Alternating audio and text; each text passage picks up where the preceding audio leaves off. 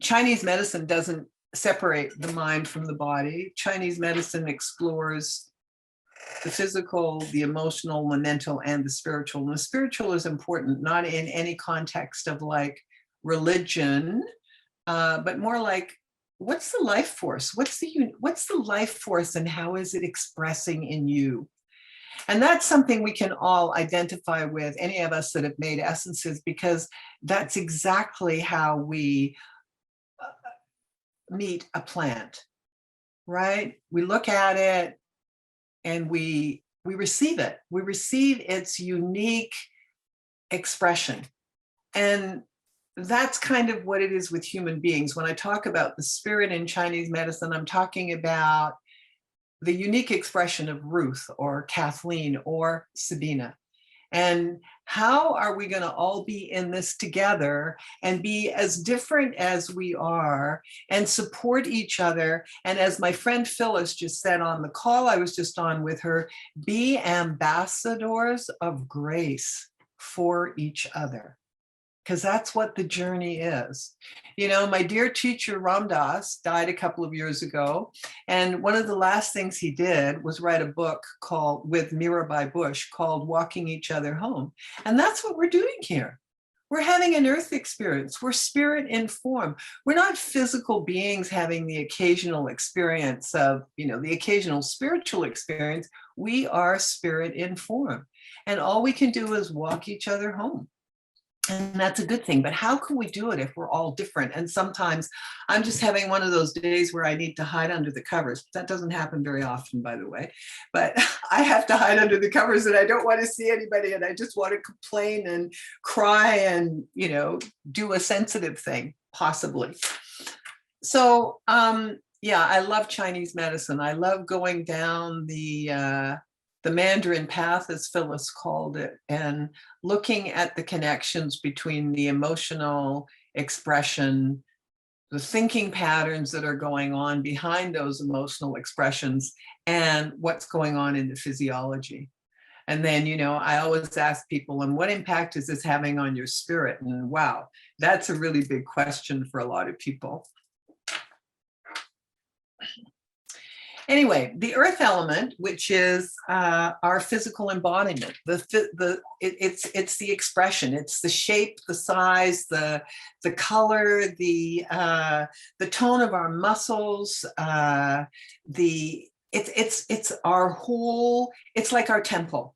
Okay, our earth element is our temple, and the two meridians associated with it, which I will go into in the course of this thing, are the stomach channel, which is, you know, how we digest food, and the spleen channel, who takes the nourishment gained from the food that we receive and digest and distributes it around the body and creates a healthy immune system. And remember that word, immunity, because sensitives need to cultivate immunity. They need to do what Phyllis has done for the past, well, nearly 6 months, I guess, which is go in for right now and do something else. Still do her creative expression, but just not be engaged in the drama out there and everybody's opinions and all the polarities which are happening. So the earth element gives us integrity, you know, being connected with ourselves, intention, our ability to direct our thinking if it's not being disturbed by indigestion. I'll go into that more. Clear thought, devotion. It's about being connected and walking mindfully, you know, take nothing but pictures, leave nothing but footprints when you're in a forest, that kind of attitude. And a deep connection to the physical earth, like understanding the ebbs and flows and the support and the, how shall I say, the,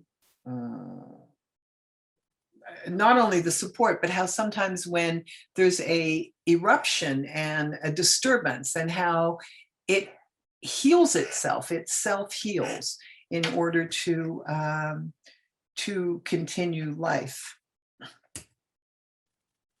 So a healthy embodiment is called yi in Chinese. is the spirit of the earth element. And a healthy E is devoted to the task at hand, is able to be committed and stay grounded and finish something that they start. There's a kind of mindfulness and tranquility about their actions.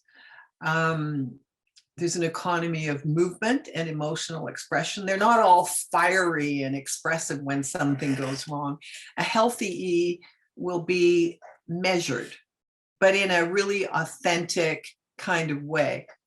And they have the ability to digest and to process all of life experience, as well as physical nourishment. So that's the other thing I love about Chinese medicine, is that we can talk about the stomach, because everybody has a stomach and we all know what our stomach does from the minute we start having solid food. But nobody ever thinks about the need to digest our thoughts or our experiences or our emotions, you know, and we do have the capacity to do that. I was very blessed in the 70s to be working with, when I was going through a big transition of sort of going on the straight and narrow of having a rather ordinary career with the government, and I crashed and burned. And Michael took me to see this amazing healer in Toronto, who was actually trained as a chiropractor. But what he really did was he gave out rescue remedy and other Bach flower remedies, and he did homeopathy, and he had a radionics machine where he could measure the frequencies of all the organs in your body so that he could tell when things were off balance. And he could actually, while you were in a treatment connected to this instrument, he could actually recalibrate the energetic template. So I think I was well prepared for a career in Chinese medicine, even though I didn't know that at the time. And I was very well prepared for the idea that somehow it all works together. It can't just be, you know, your stomach isn't just digesting food.